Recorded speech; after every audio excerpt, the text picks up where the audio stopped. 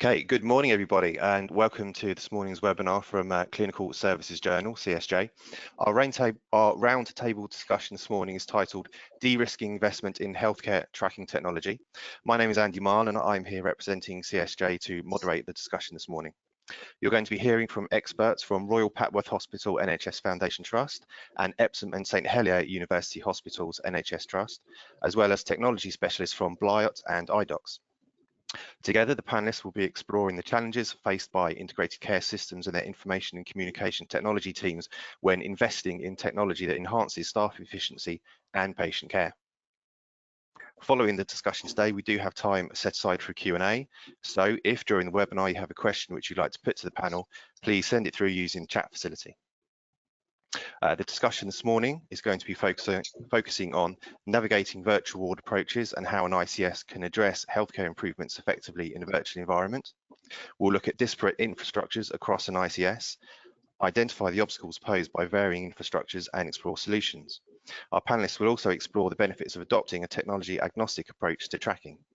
We'll be considering best practices for implementation, including covering strategies for selecting and implementing tracking technology, discussing how interoperability impacts successful technology adoption, and also sharing insights for minimizing risks associated with healthcare technology investments.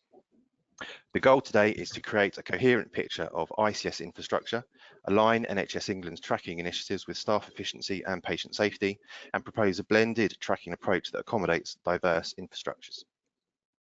So it's now time to meet our panelists. So I'm going to ask them each to introduce themselves in turn. And we're going to start with Andrew Rains. Andrew, good morning. Good morning. Thanks, Andy. Good to see everybody this morning and great to be part of this panel. My name's Andy Rains. I'm the Chief Information Officer and CSIRO at Senior Information Risk Owner and one of the exec team and trust board members at Royal Papworth Hospital. Good morning, everybody. Thank you, Andrew. And Marcus, good morning. Good morning, everybody. I'm Marcus Kirby. I'm the IT Director at Epsom and St Helier Hospital. Within my remit, I'm looking after everything to do with infrastructure, clinical systems, etc., and IG governance. Excellent. Thank you, Marcus. And we're going to meet now Jerry. Good morning, Jerry. Hello, Andy. Good morning, everybody. My name is Jerry Paulette. I'm the founder and CEO of Bliot. Bliot is a company that specializes in RTLS solutions, specifically for healthcare customers. Good morning, everybody. Excellent. And then from iDocs this morning, we're welcoming Stephen Bruce. Good morning, Stephen. Yeah, good morning. So I'm Stephen Bruce, Divisional Director at iDocs, looking after our assets division. So that includes our iFit asset tracking solution. I've worked with iFit and within the healthcare space for over 5 years now. Excellent, thank you, Stephen. And then our final panelist this morning is also from iDocs, Esther Coleman. Good morning, Esther. Hi, good morning, everybody. Good to be here. Yes, I'm Esther Coleman. I'm Senior Project Manager at iDocs. I look after iFit, which is a software solution that looks after asset tracking of tracking for both assets and medical records within the healthcare sector. And also I look after CAFM Explorer, which is our facilities management software. Wonderful, thank you, everybody. So we're going to kick off the discussion by the first thing we're going to do is look at the actual benefits of a tracking solution and why ICSs should be looking to invest. So Andrew, I'm going to come to you first, if that's okay. Thanks, Andy. I think it's a really good question, and as a technologist, increasingly asked, you know, what do you spend your money on? Where are your best investments made? And I guess that question could be predicated easily with, well, what's the problem you're trying to fix?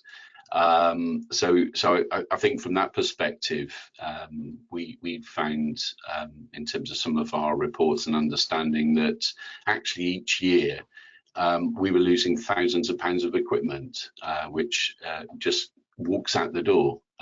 So having grip on your assets is really important. It can go missing. It does seem to have this capability to disappear, to go into a different department, and to try and find that is time consuming. And when you've got staff It's really difficult. So the NHS, we know, is challenged by workforce pressures and productivity. So with waiting times what they are, technology really provides an important role. So we've invested in tracking tech to reduce that amount of time for staff to look for equipment, very much trying to free up their time to care. Okay, wonderful. Thank you, Andrew. Marcus, if I can turn to you now, have you had a similar experience in your trust? Not yet, but we're expecting it to come soon. So we're due to go live with a new EPR, electronic patient system, in May of next year. And this new system is heavily reliant on wireless medical devices. So we are fully aware of the issues that Andrew has raised already with regards to equipment not being where it needs to be when the clinical staff need it. So we're very much invested now in doing a pilot with iDocs for their asset management module, so that we can hopefully put processes in place prior to going live, so that the systems that we need, or the devices that we need, will be available for the staff. And also it makes sure that we have a timely update of all of the medical information up to our system, so that we can provide the best care available. Okay, fantastic. Jerry, from your vendor perspective, what would the reasons you would see for someone to invest in this technology? Well, I think we fully agree with what Andrew was saying about the challenges, and at Bliot we are aiming to address these challenges, reducing search time, reducing loss of equipment, etc. But at the end, if we charge a client, let's say €1, you have to be able to show the ROI, the ROI. And this is something we have been heavily focused on with all our healthcare clients. We have done some studies, and what we can clearly show is that for €1 or £1 being invested in technology like what Bliot and iDocs is offering, over a period of 3 years, you will have a return on investment of, let's say, €4. So the average return on investment time is about 6 months. So that's what we are focusing on with our clients, really showing them, please implement it, because it's going to save you a lot of money. Okay, that's fantastic. That's obviously key to the financial aspect. Esther, if I can come to you now, you obviously know the product yourself very well. Have you got some examples of how productivity can be saved in the hospital? Well, it's estimated that a nurse wastes approximately an hour a shift looking for medical devices, which is an extraordinary number and hugely costly for the trusts. So at the end of the day, you know, for us, it's all about patient care and patient safety. And if we can make sure that the equipment is available for the healthcare professionals, then of course that's going to improve. But also we need to think about the EBME departments. You know, this equipment needs to be serviced, and if it can be found by the engineers, it's serviced. If it's serviced, then it's available for the healthcare professionals. It's compliant, and of course it will also elongate its lifespan. So you're then looking at, you know, saving procurement costs and so on. So it starts always with patient safety and patient care, but the other benefits of it exponentially are extraordinary. And as everybody has referenced, you know, it's a time efficient way to be able to massively make a difference to patients. Wonderful, thank you, Esther. Stephen, is there anything there that you feel we haven't covered in terms of the benefits that this solution can offer? Yeah, I think, you know, it's everything you've just heard from the panel, right? Better patient care, patient safety. I've personally worked with a number of trusts and seen the sort of significant cost savings that that Jerry's making reference to. Not just in terms of not going and procuring additional kit when that's unnecessary, but also in rentals. And we've had some fantastic ROI around that as well. So yeah, lots of benefits there. Okay, fantastic. The next point we're going to discuss here is talk about really minimising the risk, which is obviously the focus of the webinar this morning. And Steve, I think you can probably go a bit further to talk about maximising the return on investment, which is something Jerry mentioned, obviously, and is going to be something very front of mind for the people from various ICSs listening. Yeah, look, as Andrew touched on, you know, budgets are extremely tight in this space. So like, we really need to ensure that we are maximizing return on investment for any money getting spent. So when we think about risk, a lot of it for me is getting the fundamentals right. You know, you need to have a fully developed business case and plan. You need to have fundamentally considered what outcomes you're trying to achieve, how you're going to measure that. Are you aiming for better patient care, patient safety, cost savings? Is it all of the above? Can you prove that via, you know, research that's already been done, existing case studies, data that you can point to? I think also understanding the future down the line costs is important. You know, what's the impact on budget and resources? If you're putting hardware in place, there's going to be a refresh time around that, maybe, you know, 4 years, 5 years down the line. And there's things like the cybersecurity element that's become more and more important as well. Okay, thank you, Stephen. Esther, from your perspective, dealing with customers, potential future customers, what do you see people worrying about in this particular area? I think, as Steve alluded to, you know, when we're talking to customers, there's an immediate requirement. There's outcomes that people want to achieve immediately, but actually we have to look at it as a longer term solution. You know, what's that going to look like in 2 years, 3 years, 5 years time? Actually, has the technology got the ability to be able to flex and adapt to that? What are we aiming for long term? And absolutely, as Steve says, you know, what's the budget implications of that? When you're deploying software like this, it's a commitment, right? It's a commitment for the trust. It's a commitment for us as a company. It's a time-consuming process, and so we can't just deploy this and walk away. You know, you're in this together for the long term. So finding the right partner that you can work with long term and that can sort of share that vision of where you want to go is absolutely key. Absolutely. Marcus, to come to you now, you're obviously going live in the near future with this system.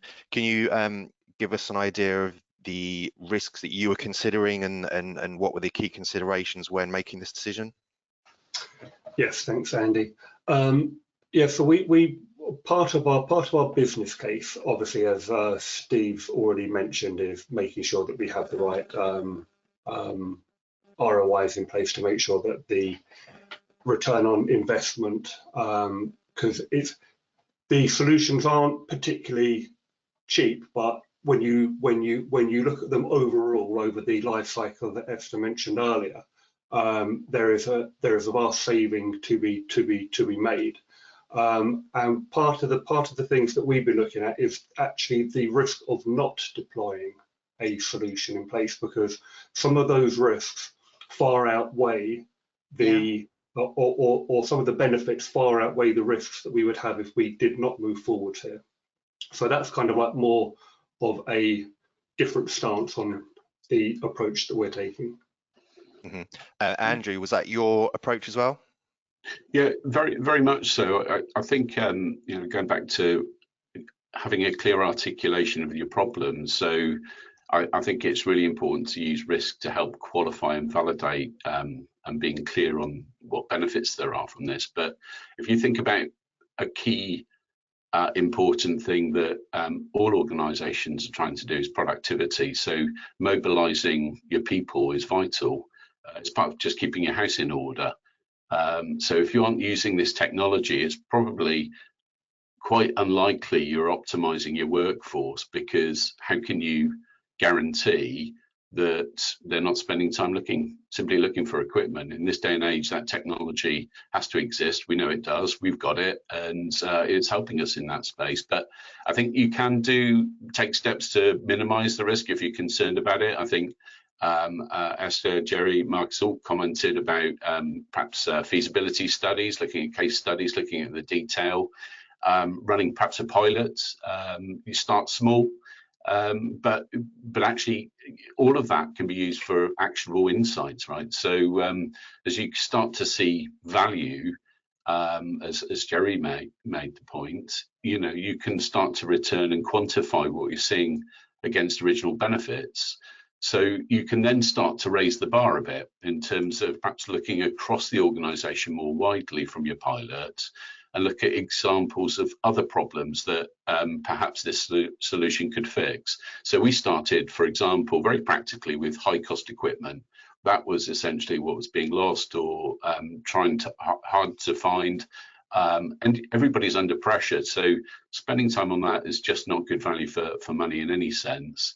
So looking for things like pumps and ventilators, but we've soon moved that to tracking, for example, mobile IT equipment like WOWs or workstations on wheels, sorry for the jargon, to wheelchairs. And those are all pilots that have been successful.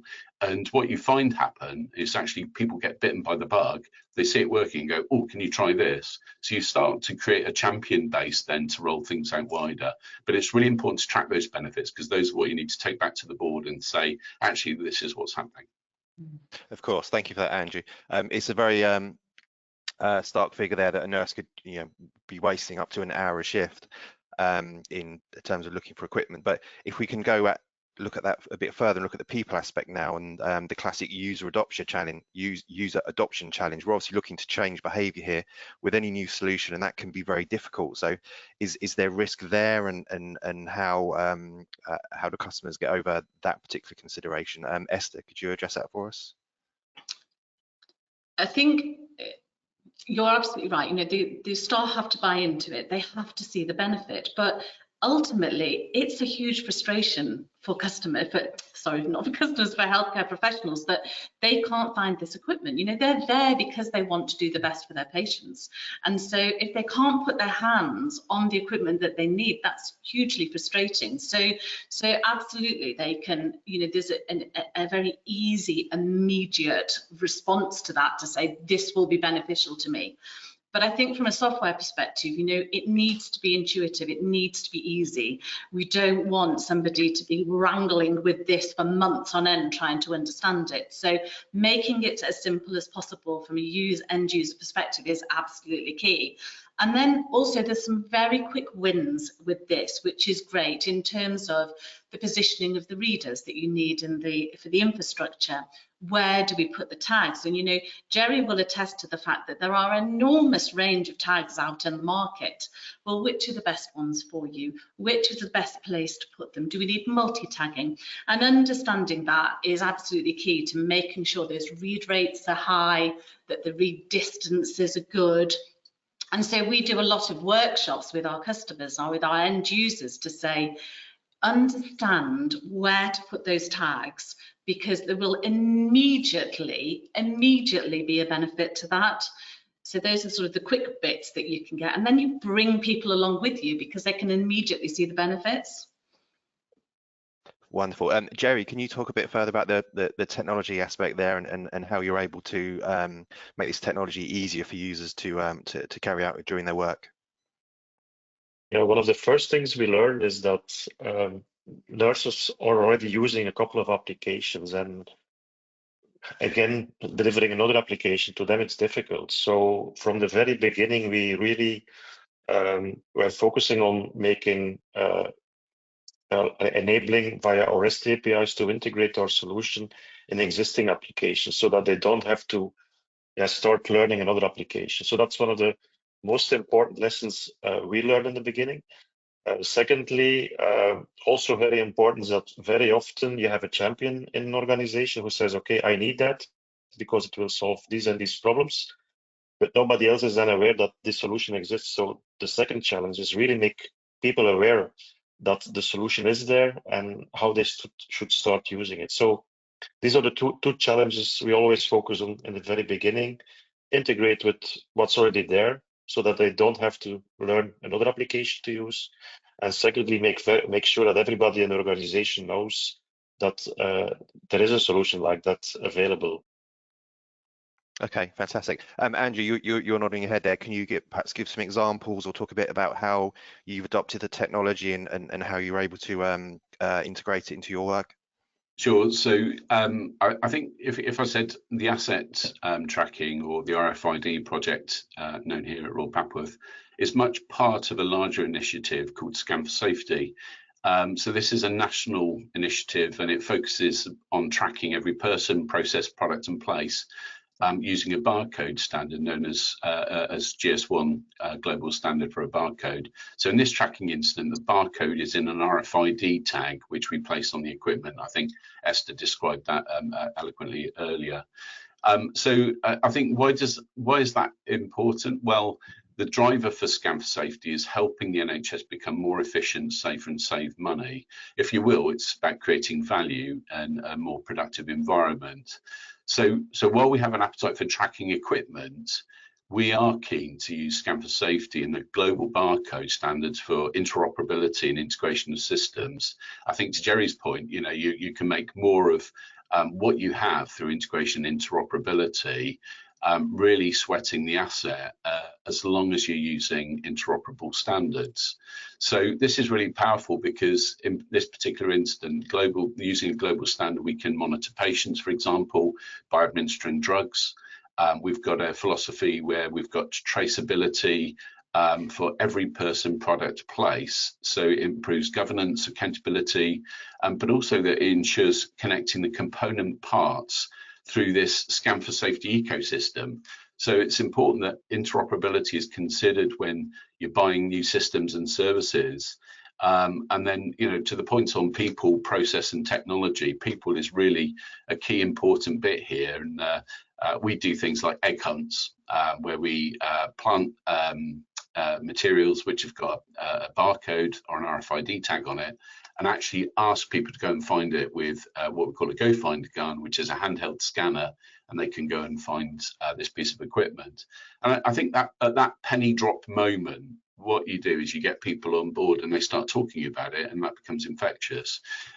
So as Esther says, the technology has to be intuitive, but also it needs to be well tested and work well. And if it sits well on your infrastructure and is fast and operating fast, it builds confidence in your end users. And I think that's what helps drive its uptake. Okay, fantastic. To think more on the technology angle now, it's important to consider, obviously, when you're investing in technology, potential future changes. Jerry, if I can come to you on this, what do you see changing in the market that needs to be considered here in terms of future investments and future risk, and ensuring that interoperability continues? Yeah, we started Blyot 4 or 5 years ago because we saw 3 things happening in the market. First of all was the migration to cloud computing.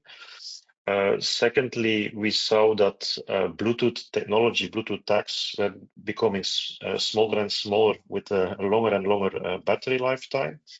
And the third thing we saw happening is that all major Wi-Fi vendors, say take Aruba, Cisco, were implementing also Bluetooth technology in their access points. Yeah. And that's why we started to focus really on Bluetooth technology. And I think for the coming 10 years, we are safe there. What you see happening now is that vendors like, for instance, Juniper Mist, they made an announcement last week that they also were going to implement now ultra wideband in their access points. If you can use that on top of Bluetooth technology, it means you can have more accurate positioning, which can be very important in certain use cases. So my advice is, if you're thinking about upgrading your Wi-Fi equipment, talk with your vendor, make sure there is Bluetooth inside, and if they offer other things like ultra wideband, maybe consider that also. Okay, Marcus, is this something that was part of your decision and your planning when considering a new system? Yes, most definitely. So we were quite lucky that we did a Wi-Fi upgrade probably about 12 to 18 months ago. So all of our access points throughout our 2 acute sites are all Bluetooth enabled. So that then meant that there was the pre-investment that we might have had to have made has already been done. So we don't need to go through that whole process. So we were looking at building upon that. And I think, as the comments that Jerry's made earlier with regards to the change of technologies, that it changes so quickly, and wireless is becoming more and more normal. So less and less devices are hardwired, so they are more mobile. So and again, going back to some of the earlier points, a lot of the work that we were doing within building up the business case, and we're hopefully going to get from the pilot, is making sure that we've got all of those user benefits are nailed down. But we want the actual users as part of the pilot to then feed back into the business case. So listening to their feedback and putting the actual experiences that they've had into the business case, which will hopefully allow us to really push forwards. Okay, Esther, in dealing with customers yourself, how important is the state of the existing infrastructure in the discussions you're having? It's absolutely key, Andy. Really, you know, but it's changing, and technology is changing, and I think we've all acknowledged that. You know, we're seeing a real swing now to sort of active tracking technologies and so on, but they're more expensive. So I think we at iDocs, we certainly favour a more sort of hybrid solution with the customers, so that we're sort of saying, and Andrew was talking about this earlier, you know, what's your use case? What actually are you trying to achieve? Is your equipment, are you trying to track really expensive equipment, or equipment that's going out into the community? We're needing GPS solutions for that. Is it moving all the time? Is it prone to be stolen? What are those scenarios that we're actually trying to achieve? Because Andrew rightly said, you know, you might not necessarily have the funding or whatever it is to go, I've got to do everything all in one go. We might have to take this step by step. And so looking at the existing infrastructure and saying, right, what can we leverage that you've already got? Or do we need to put a bit of this in here? Do we need some Wi-Fi there? Are we going for Bluetooth? What are we going for? Is all down to those initial conversations with all of the trusts, because you know, we have an array of different technologies across our NHS portfolio in terms of, you know, some beautiful new buildings like Papworth is fantastic, but there's some really old buildings out there too. And so it has to be looked at from a case-by-case scenario. And we have to be able to be flexible in terms of those solutions that we're offering. Okay, and I know the solutions do offer tracking data as well, which can be very important. Steve, can you talk a bit about the insight that trusts can gain from this technology in those terms? Yeah, that's a real focus area for us at the moment, and something we're sort of engaged with our user groups talking about. You know, there is a ton of data that's coming back from, regardless of which technology we're talking about, and what insight can we go and get from that. Let us see dwell time for particular pieces of equipment. Let us understand asset utilization. Something we're seeing quite frequent requests for now are introducing like button press use cases on tags. So does your technology provider cater for having tags with programmable buttons that might perhaps tell you when a bed needs serviced or is out of use?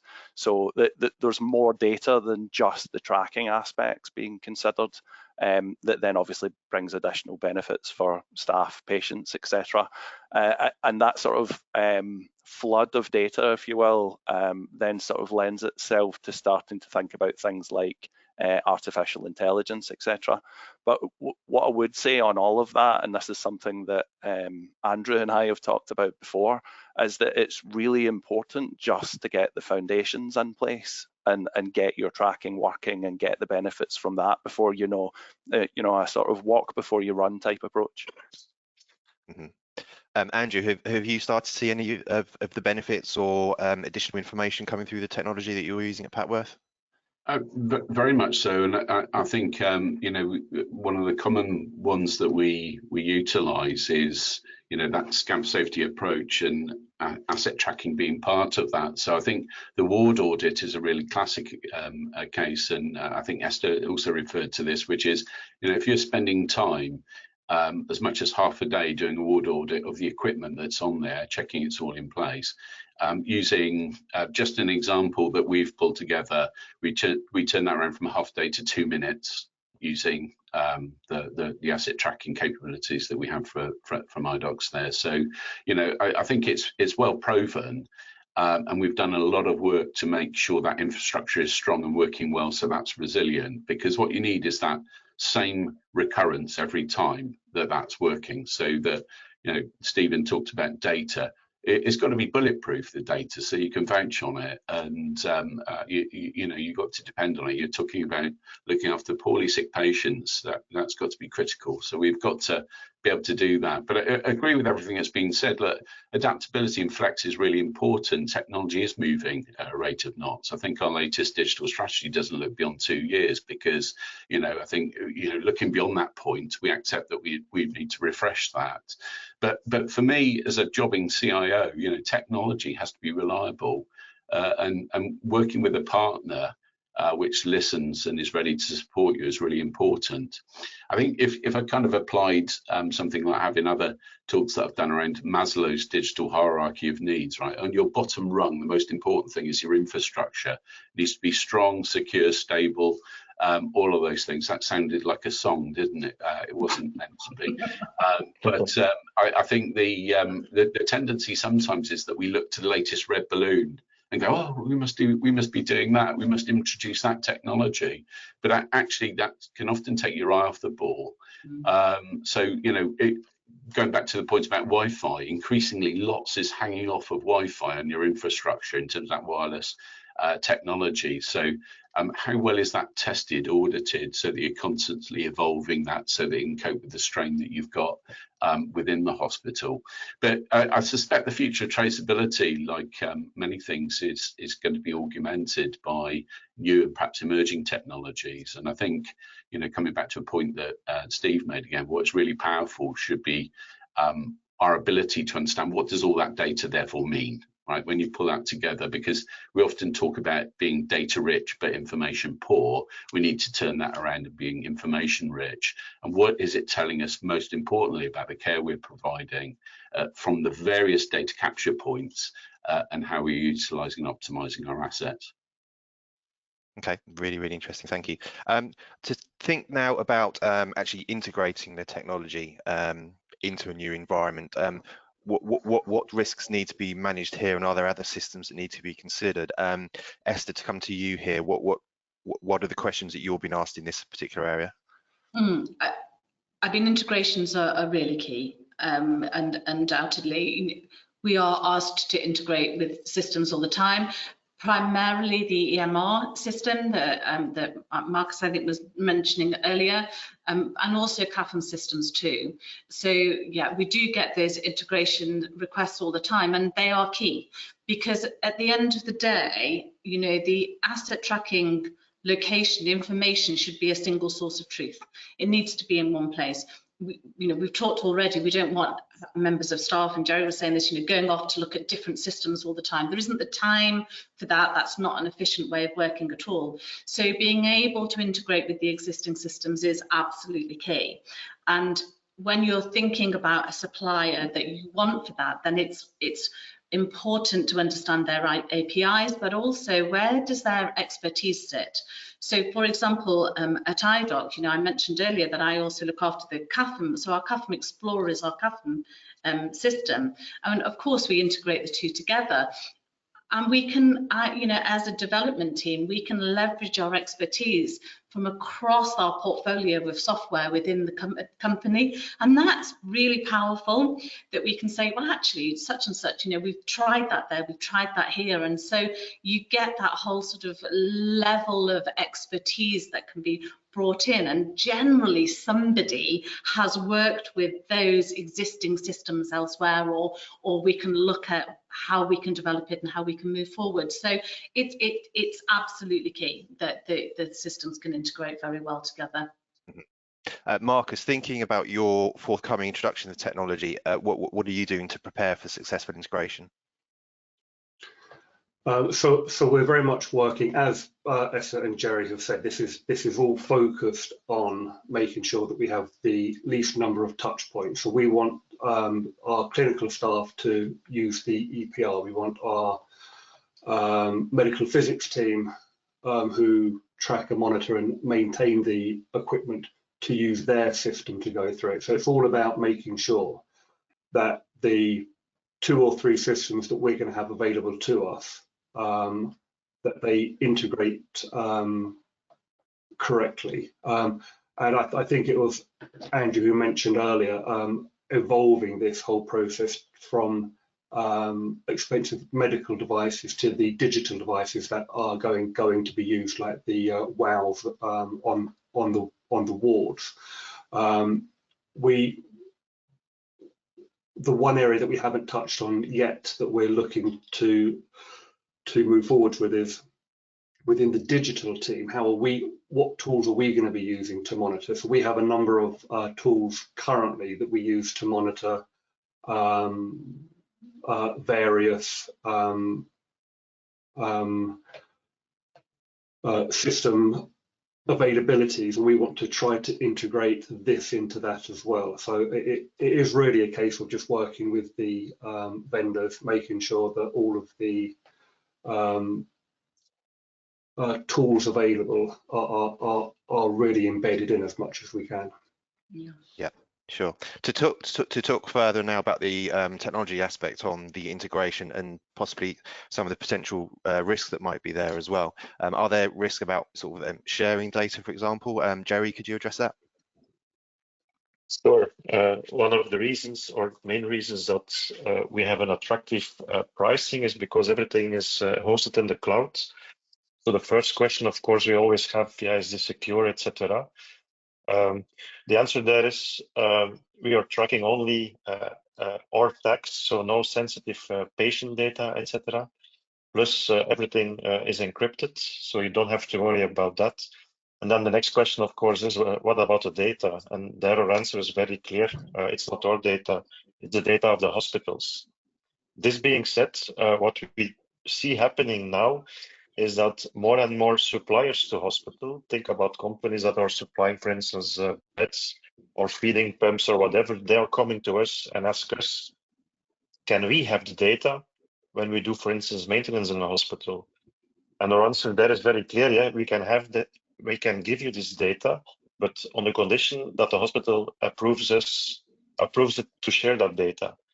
And what we see happening now is that these suppliers are start to pay for the tax because in return, the hospitals are then willing to share location data. So yes, there are risks. You have to communicate them very, very clearly from the beginning. Data secure, the data belongs to the hospital, and if the hospital agrees, we can share the location data with their suppliers. Mm-hmm. Okay. Stephen, to finish talking about the integration there, can you give an idea of how you're able to help integration with the existing hospital management systems? Yeah, absolutely, Andy. So as everyone said, look, it's a critical point when you're going out and looking at procuring one of these systems.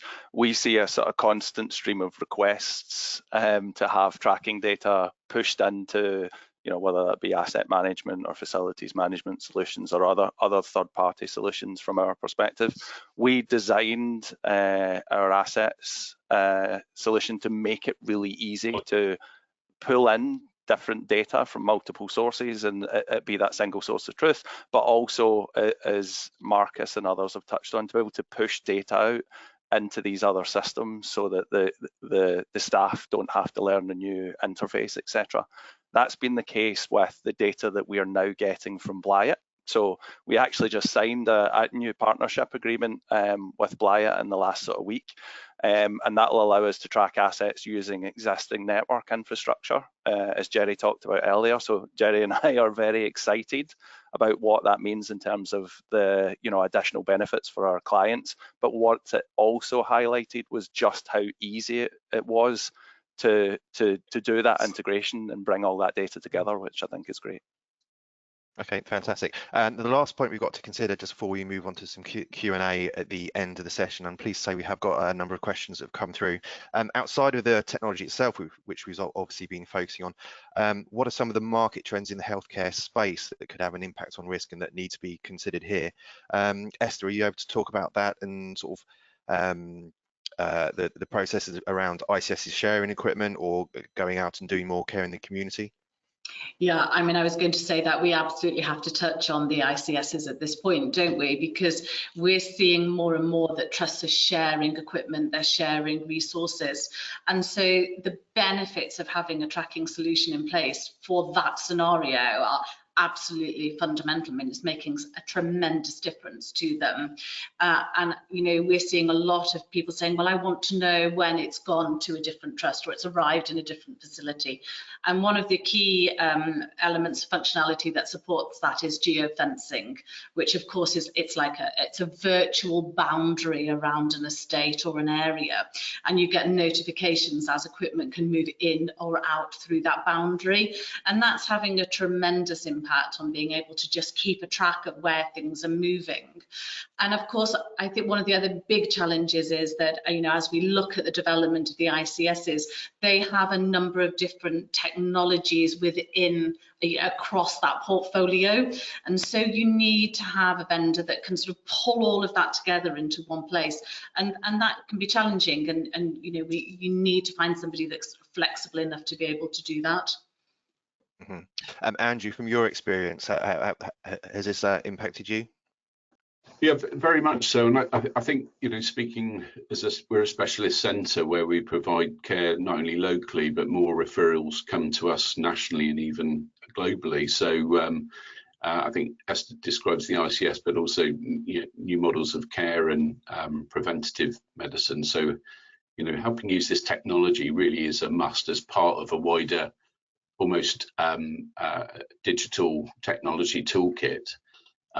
So there has to be this agnostic and shift to a standards-based approach. I mean, if you look at the procurement strategy from the NHS in 2014, described every system you buy as being compliant with the standard that's used within what we're talking about here in the Scan for Safety standard, GS1.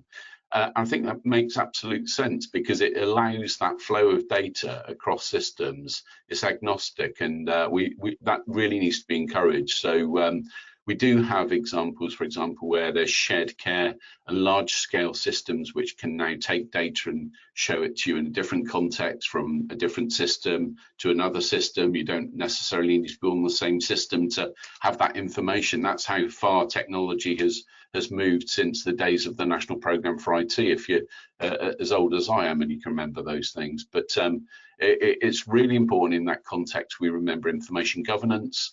I think we've touched on that point. If you can say how we handle patient information either builds or destroys patient trust, right? And we see that in the newspapers and in the media is the responsibility of organisations to handle that information in a responsible way and being mindful to secure it and how we build, hold, obtain, record, use and share it, for example.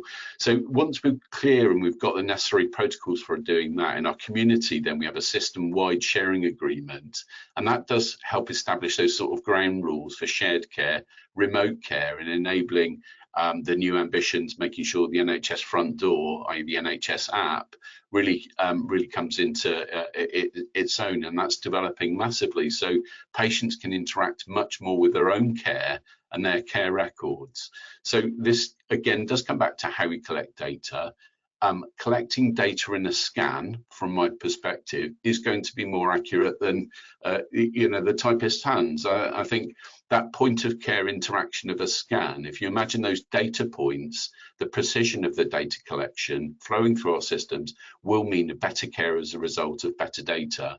And in a shift to using more AI-based technologies, and we've touched on a bit of Gen AI, but if you imagine sometimes the bias within AI, having a data capture can also be more reliable, so that AI becomes more reliable and we can be more confident in its ethics and standards of use.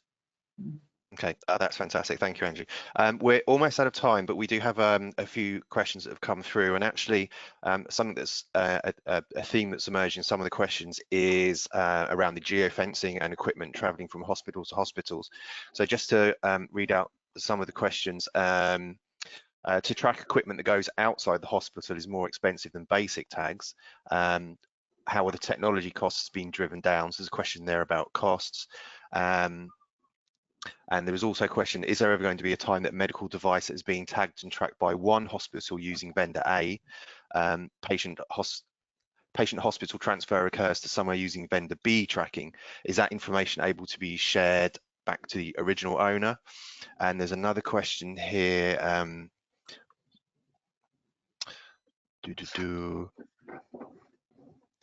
Yeah, so to ask the first question, to address the first question there, Jerry, talking about sort of hospitals using different systems, is the technology going to be able to be shared effectively in the future or currently? It's a very good question. So first of all, we have in Belgium, and I think in the UK it's the same, you have hospital groups. And these hospital groups, some of them are using Christian Cisco, and then the other ones are using Aruba. So we allow them to see information from tax when they are moving to another hospital. Yeah. If tomorrow one of our competitors would go and implement the solution at another hospital, could this be shared? Yes, of course it can be shared, but there is no framework to do that yet in place. Yeah. So technically speaking, yes, it's possible. But it's going to be a challenge, I think, to make this work. So there's a question here. Integration with hospital patient records is vital for traceability. Without standardised NHS England ownership, as trusts are bouncing between various suppliers. So again, that's more around integration. Esther, from a product standpoint, are you able to give some assurances or some information to those listening about the future? Sorry, Andy, help me out. So the question was around if we could integrate with any other integration with hospital records, it says here, to be vital for traceability. Okay. And I think there's a question there about sort of trusts being consistent with various suppliers, or just choosing one supplier. So I don't mind picking that particular question up. So we obviously, you're talking about multiple different solutions there, and the asset tracking element is only playing one part of that. So I think it's kind of on the wider community to try to push suppliers, etc., towards open or common standards. That's certainly something that we've tried to do with our own solution. You know, I talked earlier on about our ability to consume data from different sources, and really I think it's the same case on the EPR side. Perhaps Andrew or Marcus might be able to pick that one up. Happy to comment on that. Thanks, Stephen. I think it's a really good point, isn't it? And that is definitely how the standards need to be used. So I think if you're buying an EPR or whatever system you've got, I think in our investment group, they almost know the questions I'm going to ask. Is it GS1 compliant? And there's a reason for that. So if you look at a GS1 based GIAI, which is the key for assets, it has a prefix in it within that string, which will tell you where that equipment came from or belongs to. So every piece of equipment that's tagged with a GIAI in Royal Papworth Hospital, the first bit of that prefix will tell it belongs to Royal Papworth Hospital. So if another organisation is using GS1 and has a scannable, can scan that data, they would be able to see in that scan, this has come from Royal Papworth Hospital, it would be in that tag. So I think that really speaks to the power of it. And I think in terms of the conversation earlier, Stephen mentioned your requirement specification are really important on this, that vendors are complying with this, because otherwise you will not get the value from that. It's much harder to change that once you're in a contract than it is to buy right the first time. Yeah, thank you. I thought that the question was leading towards because of course we track medical records. I thought the question was leading that way, but I understand, because of course within iFit we can track medical records and medical devices, whereas if we're looking at integrations with the different systems, then obviously, you know, we can do that too. So, but yes, well picked up, Andrew. Thank you. Okay. We are over time, I'm afraid, so I think we're going to have to end the webinar there for this morning. But thank you to everyone for participating. Thank you to everyone listening as well. There's a number of questions that have come through that we unfortunately haven't been able to address, but it was clear that geofencing and equipment moving between hospitals is a key concern. If you did send a question through, we'll do our very best to forward those onto iDocs and get them answered for you individually. We do have everyone's details if you've registered for the webinar. So it's a goodbye from me, and thank you very much to all of our panelists this morning for your time, and I hope that's been informative for everybody. Thank you very much, everybody. Thank you. Bye. Bye-bye. Thank you. Thank you. Goodbye. Bye-bye. Bye.